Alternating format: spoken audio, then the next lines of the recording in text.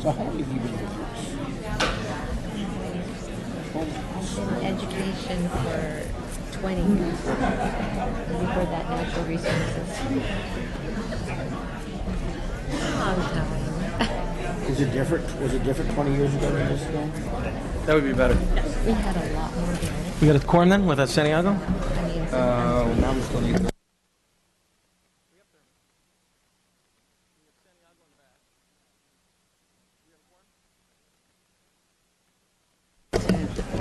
Rick, do we have a quorum? Yes, we do. We do?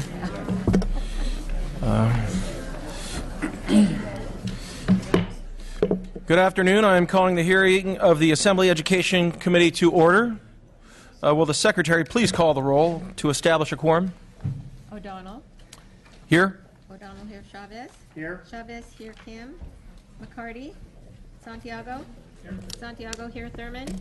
Here. Thurman here. Weber. Here. Weber here. Have a quorum? Yeah. Thank you. A quorum has been established. We have 34 bills on file today. 2 bills have been pulled. They are AB 1484, AB 1206. We have 7 bills on consent. Those bills on consent are AB 288 by Mr. Holden, AB 306 by Mr. Hadley. That's with amendments recommended in the committee analysis. AB 625 by Mr. Bonta. That's with amendments recommended in the committee analysis. AB 934 by Ms. Bonilla. AB 1145, Mr. Medina, with amendments recommended in the committee analysis. AB 1153, Mr. Calderon. AB 1428 by Mr. Gray. We also have 5 bills that we'll be taking up as a special order of business at 1:30, and we're a little late on that. But those bills that we are going to take up now are AB 1044 by Ms. Baker, AB 1078, AB 1099, AB 1248, and AB 1495. Because of the long agenda, and we do have a long agenda today, we need to limit testimony to 2 witnesses per side, 2 minutes per witnesses. So 2 witnesses, 2 minutes, 2 and 2. Beyond those other 2, witnesses may state their names. They may come up to the microphone. They may state their name, their affiliation, and their position on the bill only, please. Again, their name, affiliation, and position on the bill only. It is not a time for significant discourse at that microphone. Other than special order bills, we will hear the bills in sign-in order, and we're now ready for our first author, which is AB file item number 4, AB 288. I'm sorry. Oh, that's consent. Excuse me. Ahead of myself here. Our special orders will start with file item number 21, which is AB 1044 by Ms. Baker. Ms. Baker, present, please. Thank you, Mr. Chairman and committee members.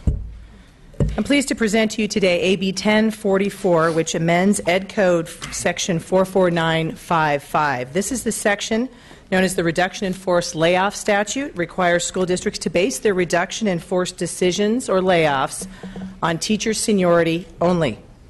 The statute's policy for layoffs is more commonly known as LIFO, or last in, first out. LIFO mandates that when a school district must lay off teachers, teacher seniority is effectively all that governs the decision.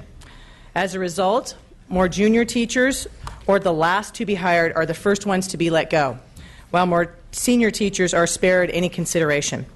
Under LIFO, school districts facing layoffs can't consider, for example, how effective or skilled a teacher is, how many fourth-grade teachers they might need, or what teachers bring particular talents needed to match an incoming class of freshmen. Because LIFO is so blind to teacher talent and student needs, the policy is wrong. Wrong for teachers and wrong for students. It constrains local school districts from making decisions that are in the best interest of the children and fair to teachers. For example, in 2012, Sacramento Teacher of the Year Michelle Apperson was laid off with a pink slip when her district had reduction in force layoffs due to budget constraints, while senior teachers were not considered. Let me say that again. An award-winning teacher, a teacher recognized by the community for being excellent for kids, got a pink slip simply because she was more junior. What does that say about our education system? What does that say about what we think about teachers and children, or our priorities when we allow LIFO to have this result? Consider also the example of one of my constituents, Elizabeth Paddock, a beloved kindergarten teacher in Pleasanton, in my district. She's certified with the National Board of Professional Teaching Standards. Ms. Paddock taught for 8 years kindergarten in Hayward School District, neighboring community, where she was a mentor teacher and a nominee for Teacher of the Year. When she got a job and moved to Pleasanton to teach in a different school district, she of course lost all of her seniority. Had to start over. When the Pleasanton School District had reduction in force layoffs, Ms. Paddock had been teaching for 5 years in Pleasanton, making her junior in that district, and she got a pink slip because of that. LIFO gave the school district no discretion at all to consider the fact that she taught 13 years, that she was a mentor teacher, that she was nominated for Teacher of the Year, and certainly no consideration to the needs of kindergarten students in the school district. These are just 2 examples of LIFO's effects on teachers and children. And they are 2 examples of why California is in the minority among other states when it comes to layoffs for teachers. 20 other states provide that seniority may be considered, among other factors. 19 states and the District of Columbia leave layoff criteria entirely to district discretion. The Legislative Analyst's Office has recommended exploring alternatives to seniority-based layoffs. The LAO study suggests consideration of, quote, student performance, teacher quality, contributions to the school community, and teacher specializations, close quote, all criteria that we should at least allow our school districts to consider. AB 1044 fixes LIFO. Under this bill, school districts are no longer blindly bound to seniority-only layoff decisions. They can consider seniority, but they can also consider performance and effectiveness of the teacher, the needs of the school, and most importantly, the needs of students. I think it's worth noting that this bill does not limit in any way the scope or rules of collective bargaining. AB 1044 will also honor existing collective bargaining agreements in place before January 1st, 2016 until they expire. Additionally, the bill does not remove any due process in the firing or laying off of teachers. And I'd like to add on a personal note that I've worked for years with many teachers. My mom was an award-winning public school teacher in California for over 20 years. I like to brag about her as an award-winning teacher. She was a mentor teacher. She was head of her department many times, and one of those teachers that is volunteering for everything. She came early, left late, took work home, called parents every night. She was the teacher you'd want your kids to have. Teachers like my mother and Miss Paddock in my district and Miss Epperson, the Teacher of the Year, do not want LIFO. What they want is a policy that treats them like professionals with skills that should be acknowledged and supportive. That's what this bill does. And with that, I respectfully urge your aye vote. I do have 2 witnesses joining me today, which I will allow to introduce themselves. Thank you. Mike Ambrose from Students First, testifying in support. California is one of only, I think it's 6, but it's only a handful of states that still requires LIFO in the law. The last in, first out system where you are laid off based on your hire date in the district. The quality of your teaching cannot be taken into account in that decision.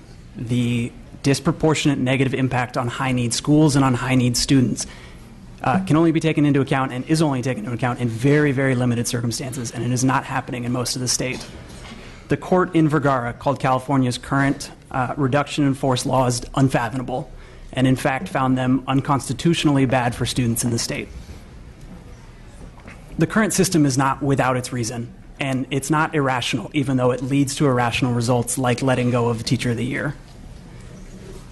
We want fairness in this system, and we want teachers to be able to take a job within a school district and know they will have it, to have some certainty. At the same time, we're making choices based on information that is not our best information about what's best for students. Teachers grow a lot in the course of their career, especially in those first 3 years. I remember that from my first 3 years of teaching. You grow tremendously in that time. Most of the studies show you grow a lot in those first 5 years. You continue to grow into that year 10 or so. There's even some recent studies saying that after year 10 to 30, there is, on some measures, continued growth for teachers. And for that, it makes some sense to say, this teacher's been there longer, they have improved over where they were in their first year, we should take that into account. That ignores completely that a 12th year teacher is not better than another 7th year teacher or another 2nd year teacher. And we have a ton of states, in fact most of them, taking that information into account and that have layoff policies when we have to have unfortunate layoffs that allow them to keep the best teachers in those districts. Thank Mr. you. Chairman, members of the committee, Bill Lucia with Ed Voice. We support the bill. We'd like to note for the record that it actually expands the scope of mandatory consultation with the collective bargaining unit. It's a different approach than it's been taken in the past in trying to address this policy, and we want to highlight that. It does have, nevertheless, with the expanded collective bargaining, it would have the guide rails of keeping effective teaching as a significant weight in the decisions that are made. As it relates to concerns that you'll hear about the transition and how it actually affects individual teachers in the short run, a study by the Ed Voice Institute that was released in January found that in many districts over 98% of the teachers are found to be satisfactory. So in fact, overwhelming majority would be subject to the same consideration in that element of any decision in a rubric that was developed, and that it's highly likely that seniority would trump and no changes at all would happen. Where what would happen is a senior teacher that's unsatisfactory on their evaluation again and again and again and again and again and again would not be retained over another teacher that was exemplary again and again and again. And for those reasons, we support the bill. Thank you. Other persons in support, just state your name, your affiliation, and your position on the bill only, please, very rapidly. Thank you. Mira Morton here on behalf of the California Chamber of Commerce, also pleased to support the measure. Hi, my name is Amanda Cockrell. I am a senior at Houston High School, and I strongly support Bill AB 1044. Hi, I'm Ben Austin with Students Matter. We're in support of this bill if amended. Thank you. Thank you. If we could have two witnesses in opposition to the bill come forward, please.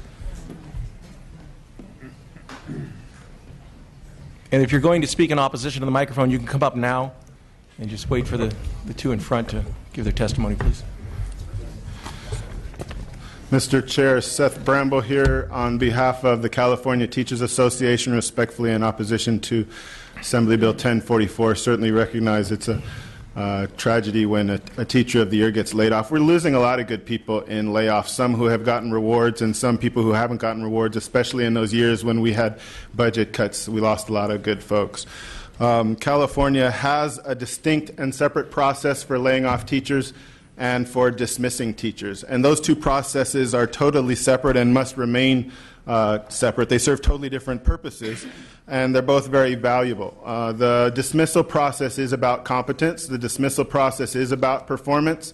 And so in that process, an evaluator comes in the beginning of the year. They take a look at what an educator is doing. If they see an area of deficiency, often they make a recommendation about some professional development that that educator may need, and they come back later after they've given some time to improve. They circle back and see if the teacher has met that bar. There's no time to improve tied into the layoff process because it's meant to be a quick slice of your workforce where, for example, you need to reduce 100 positions because of budget cuts. The due process also associated with those two processes are totally different. On the one hand, in a layoff process, what you'll generally see is a challenge to the seniority date. It's meant to be a quick, efficient process that preserves teacher experience. And even in a large district where maybe you're laying off 50, 100 folks, you can accomplish that within a week. If you then made that a process to challenge competence or, conduct, it would become a very different, more costly and expensive process. CTA totally supports, did I just use totally in a hearing? Totally. Wow. CTA encourages the use of seniority. Why do we? Slow down for this part. Numerous academic studies support the common sense notion that experienced teachers are able to produce better results in the classroom than inexperienced teachers. Experience matters. Certainly, as in all professions, skill improves over time. One other piece that I would mention before coming here to the Capitol, I was executive director at Sacramento City Teachers Association and saw a ton of different kinds of teacher evaluation processes, actually different school to school.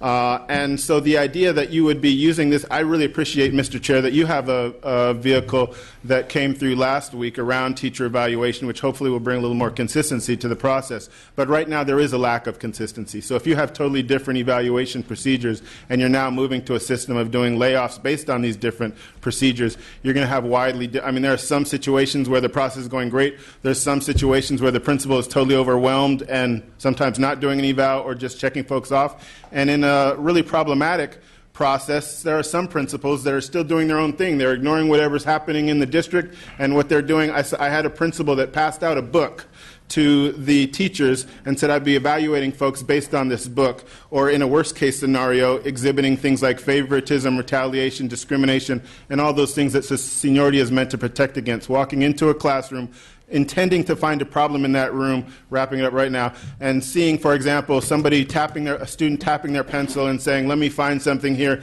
That kid is tapping their pencil, they're off task, I'm going to give them a negative eval. This poster's on the wall, I'm going to give them a negative eval. The idea of tying layoffs to an evaluation system is really problematic and erodes those seniority rights. We strongly oppose. Thank you. Good afternoon, Mr. Chair, members of the committee. Ron Rapp with the California Federation of Teachers, speaking in opposition to this bill. Seniority is not the reason why layoffs occur. Seniority-based layoffs provide the only fair, transparent, and objective criteria for layoffs in bad economic times. I would rebut the author's assertion that teachers don't want seniority. We represent 100,000 members, many of them K-12 teachers. Our members want seniority. They value seniority. It's a sacred element to their profession. In effect, this bill would eliminate seniority and allow school districts to treat all certificated employees as at-will employees. The bill would allow school districts to lay off teachers who have dedicated their lives to the education of the students of California. The bill would gut the protections that permanent certificated educators have earned over the course of their career. In addition, it would open up the firing of experienced educators to the capricious desires of school districts to reduce costs by eliminating the jobs of more highly paid veteran teachers. Finally, it would require school districts to adopt policies that would base their layoffs on teacher evaluations, which can be manipulated, as my colleague mentioned over here, and oftentimes are not valid nor reliable. And thank you for authoring a bill on teacher evaluation, Mr. Chair. This bill would essentially eliminate the hard-fought rights of veteran teachers throughout the state of California and would effectively undermine the quality of education provided to the students of our state. We believe it would have a devastating impact on public education system in California and cause permanent negative repercussions for our workforce and our economy. And for those reasons, we are opposing this bill and respectfully urge a no vote on it. Thank you. Thank you. Members of the public speaking in opposition. Again, your name, your affiliation, and your position on this bill. Ann McCaughey. I'm a 25-year veteran teacher from Stockton, and I oppose this bill. Amy Vadunas, 5th grade teacher in Cupertino, and I oppose this bill. My name is Shantane Fauntleroy, and I work in the Hayward Unified School District, and I oppose, and I urge you to support the oppose. Cheryl Cook-Callio. I teach in Fremont, California, 39 years, and I oppose the bill. Brandon Dorsey, a 1st grade teacher from Fremont, California. I oppose this bill. Susan Jorgensen, a high school teacher of 12 years. I oppose this bill. Peter Manette, Penn Valley School District. Students lose their advocates when we lose our seniority. Mitch Seaman, California Labor Federation, also in opposition. Dale Kennedy, Kings Canyon Unified School District, 6th grade teacher. I've been in education 28 years, and I strongly oppose this bill. Fran Zumwalt, U.S. history teacher from Grossmont Union High School District in San Diego County, and I oppose this bill. Charles Shannon, Orinda Union School District, 2nd grade teacher, past administrator. I strongly oppose this bill. Pat Mazzulli, high school biology teacher, father of a teacher, father of students, grandfather of students. I oppose this bill. David Eliezer, I teach at-risk students in the Martinez Unified School District, also a former administrator. I strongly oppose AB 1044. Ann Katzberg, I teach kindergarten in San Ramon, and I oppose this bill. Roberto Rodriguez, teacher in the Sweetwater Union High School District, and I oppose this bill. Hi, Amy Laughlin. I teach in the Savannah School District in Anaheim, and I am the 2015 Teacher of the Year, and I oppose this bill. Erin Roselli, 2015 California Teacher of the Year from Orange. I'm a teacher and I oppose this bill. Joe Pratt, 18-year experience, 6th grade teacher from Paradise, and I oppose this bill. Christopher Prokop, El Cajon, California, 7th grade English teacher. I oppose this bill. Anita Johnson, Mount Diablo Education Association, oppose. Dawn Kova, special education teacher in the Pittsburgh Unified School District, and I strongly oppose this bill. Melissa Rosnack, 15-year veteran teacher in the Brentwood Union School District, and I strongly oppose this bill. Bill Murphy, 2nd grade teacher in Livermore, and I strongly oppose this bill. Linda Ortega, 2nd grade teacher in Concord, and I also oppose this bill. Claire Key, 3rd grade teacher, Mount Diablo Unified School District. I oppose this bill. Kenneth Kent, Antioch Unified School District, 15-year teacher, Title I, 5th grade. Strongly oppose this bill. Leslie Littman, high school history teacher, William S. Hart School District, and I oppose this bill. Liz Esquivel Waterman, and I teach at Terabella Elementary Union School District and teach 4th grade, and I oppose this bill. Erica Jones, kindergarten teacher, South Los Angeles, RIF recipient 2008-2009, and I oppose this bill. Cecily Meyer Cruz, 5th grade teacher, Los Angeles Unified School District, and I strongly oppose this bill. Rosemary Velasco, Vang Pao Elementary, special ed teacher K6, and I stand adamantly opposed to this bill. Not in any way, not in any shape, not in any form. No way.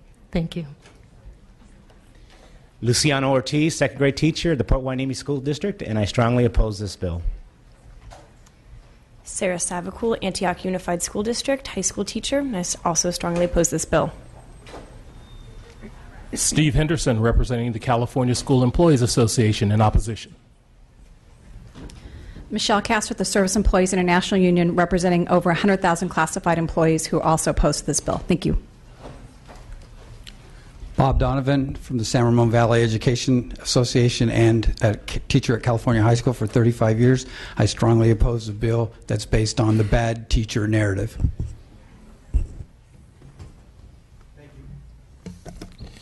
Thank you. I appreciate the way everybody was efficient with their support and their opposition. And just a couple questions. Maybe one of the two gentlemen up front could respond to.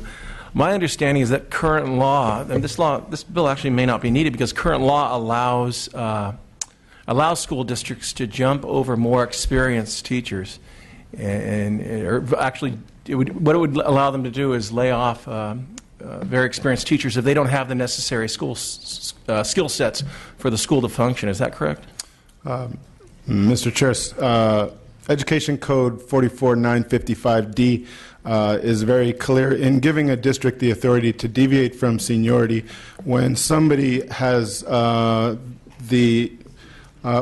there is a position, when there's a class that's needed a very particular set of training for that course of study, including the training, including the experience, including the appropriate credentialing. So what's very common, a couple years ago when there were huge amounts of layoffs was to skip over special ed teachers, was to skip over math teachers, hard to staff subjects like science. That was a regular practice to deviate from seniority to make sure that you had someone in that position. But the intent is to preserve your experience in a quick slice, but preserve those areas where you absolutely need someone to fill that assignment. If I may, Mr. Chairman, I can supplement. Well, let me finish. Sure. In my experience, if someone teaches AVID, they would get jumped over. If a coach would get jumped over. Maybe if they have a reading certificate, they would get jumped over. So, in my experience, you're very correct on that. And current law also allows a district to implement their own layoff plan, if I understand it. Could you walk us through that? Well, I know that there was some conversation earlier about collective bargaining with respect to the layoff process, and that is a subject that is open to the collective bargaining process if there's a desire to do something unique with in terms of the layoff process. What also occurs is that a district will often create its own skipping criteria that's approved in a board meeting, where they'll make a decision about how, for example, they might deal with a tie. If there's two people who have the exact same hire date, how that will be dealt with. But yes, this is a subject that can be bargained, absolutely, under current law. Teachers aren't ranked at a school site per se. They don't keep a book in the district office that says, hey, O'Donnell's 323. Right? I mean, so if you were to implement a layoff with really, no metrics, I think we would be walking in a pretty difficult legal waters, wouldn't we? I mean, it would just be arbitrary, wouldn't it? Agreed. Agreed. Okay. With that, let me just look at my notes here. Thank you. Thank you. Other members of the committee wish to comment? Mr. Chavez. Yes. Assemblymember Baker, there's some discussion that was made on the reduction in force and also dismissal, that these are two different processes. I was wondering if you could describe actually the issue your bill's talking about, and further on the discussion that was asked earlier, allow you to clarify your point you wanted to make. Would you please make those? Sure. Thank you, Member Chavez. A couple things. They are two different processes. I think the one that is the most arbitrary is one that doesn't consider any particular features of the teacher, but simply arbitrarily considers their seniority, which is what we're dealing with today. We're not dealing with a dismissal system that's something that is entirely separate. I think that's a system that does need improvement, but this is a system that we have in place right now that just blindly looks at one factor effectively, and that's seniority. Going to the issue of collective bargaining, the ability of districts to be able to collectively bargain their own process, that's a reason why we shouldn't have a blind seniority mandate in state law.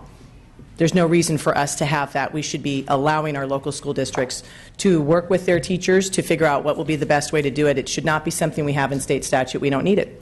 So we should repeal it. But could you amplify that answer a little bit more? Because that's not a fact, though. That what you're stating is not a fact. Because sir, current law allows you to develop criteria at the district level. Okay, we just went over that. If I may, Mr. Chair, respond to Mr. Chavez's question. I think the point had been raised, can't school districts do this already through collective bargaining? And there's no reason, if that's the case, there is no reason to have a mandate in state law that there be seniority. We don't need it on the books. And that is what we see happen. And going to the question of a more senior teacher not being protected under this program, I brought the example of Elizabeth Paddock, who was a 13-year veteran teacher, but because of the blindness that the school district had to adhere to with respect to seniority in the Pleasanton School District, because she lost seniority when she moved to another district, that school district was totally unable to consider even her teaching career of 13 years. This bill simply says you may consider seniority, correcting a point one of the opponents made, which is seniority is completely repealed. You may consider seniority, but you're allowed to consider other factors. And to me, that is the least arbitrary system we could possibly have. Thank you. Thank you. So again, I'm looking at Government Code Section 3543.2, which allows a district to negotiate a different layoff procedure. Okay, and then we also said that in place in the law, existing law, it allows a district, quite frankly, to pick and choose based on a teacher's skill sets. So I think it would be fine to repeal the need in the statute that we're looking at today for having any mandate of seniority. I don't think we need 44955, the section that says you have to consider seniority is the default. We don't need it. In cases where you don't have specific skill sets or your skill sets match those of others, seniority is the default. I respectfully believe that seniority. Thank you. I respectfully believe that seniority is not the only consideration school districts should be forced to consider. And so do I. And I guess current law allows for that. Then we can repeal the need for seniority to even be a default. And I'm happy to amend the bill to do that. The main thing that I'm focusing on today is the ability of our body to allow school districts to make decisions that are in the best interest of students and teachers in their own community without being blindly shackled to just one consideration, which they are under state law. Right. And if you read current state law, I think you're incorrect. So, Ms. Kim, did you wish to? Go ahead. No, I'd like to move the bill, please. Okay. I have a comment I'd like to make concerning this issue. Clearly, this is a very important issue, and I don't have a solution to the problem, unfortunately. because I understand Ms. Baker's position with regards to that. I mean, we've all had, and I've had a stellar niece who was a teacher who received a layoff notice every year, and so that was always unfortunate. There's also other consequences of this, and I guess many districts don't exercise the option, which is the unfortunate piece sometimes, unless it is in dire situations where you have science or something of that nature. The other effect oftentimes is that you have a significant number, and I'm glad our person from CTA acknowledged the importance of experience. In fact, one of the bills I pulled back because they cut out my comments and discussions about experience. That'll come back next year, so hopefully CTA will be on board about balancing experience in schools. Because one of the great challenges is that when you have inner city schools with kids struggling and you have all new teachers in those schools are forever reorganizing when we have layoffs. Because half of the staff is laid off, 2/3 of the staff is laid off, and so therefore they're having to reorganize on a regular basis, and no one takes that into consideration of the impact that has upon a school that has to continue to reorganize because it has far more new teachers than any other school in the district. And so it does, and experience does matter. Experience matters when you have to manage classrooms, to be able to produce the curriculum that's necessary for all kids. And so you'd hope that our districts would have a better balance in terms of experienced and inexperienced teachers in order to make sure that if there happen to be layoffs, the school is not decimated by having 2/3 or half of its staff laid off and then having to reorganize for that purpose. And so I've seen that in my own district in San Diego over the years when I was on the school board, and I see that occasionally in a lot of the inner city schools. And I know in LA in particular, they had to get a special permission, I guess, for those 10 schools that were under consideration, because all of those teachers who had worked to create innovation in that district were almost laid off during this time frame, and had to create some special permission for them not to lay off those teachers. I don't have the answer, unfortunately, because I have been in systems where I do see the arbitrariness that can occur when people can just arbitrarily lay off people. And sometimes it's based on small things. I see the value, of course, of having the flexibility in districts if they have the courage, and school boards have the courage to start looking more carefully at schools and the composition of schools and the impact that layoffs have on specific schools, not only based on curriculum but based on the needs of the students that's there. And unfortunately, we sometimes think that layoffs happen real quick, and I know layoffs are horrible things because you never know who's going out the door. When they start cutting people at every level, you don't know until it's all over who actually went out the door. You know, you have some dates and people get shifted from school to school, and I've been involved in that. And it's kind of an ugly thing when you have a large district, particularly like San Diego, where you have to deal with that. So I value what you say. I'm not sure where we are with this bill, but I do think that the conversation is important. And more than just only in terms of seniority kind of thing, but it really is important. I think central to all of the conversation is a good concept of evaluation, so that we do have an opportunity to talk about it, so that we're not balancing the good or the experience versus the inexperience, and assuming that some are good and some are not, and all those kinds of things. That we make an assumption that every teacher in our district should be a good teacher, so that whoever remains has the ability and the skills to move forward and to carry forth the curriculum and meet the needs of all of our students. I appreciate you for bringing this comment forward. I think it's something that the Education Committee ought to be looking at carefully as we talk about how we're going to basically create a school district that's going to be responsive to the needs of our children and put us in a position where we can be proud of every school that we have in the state of California. Thank you, Member Weber. Thank you. Mr. Santiago? Sure. If the chair approves, I'd like to make a substitute motion to move this bill to interim study so that we can discuss the complexities of it. Second. It's been moved and seconded to send this bill to interim study.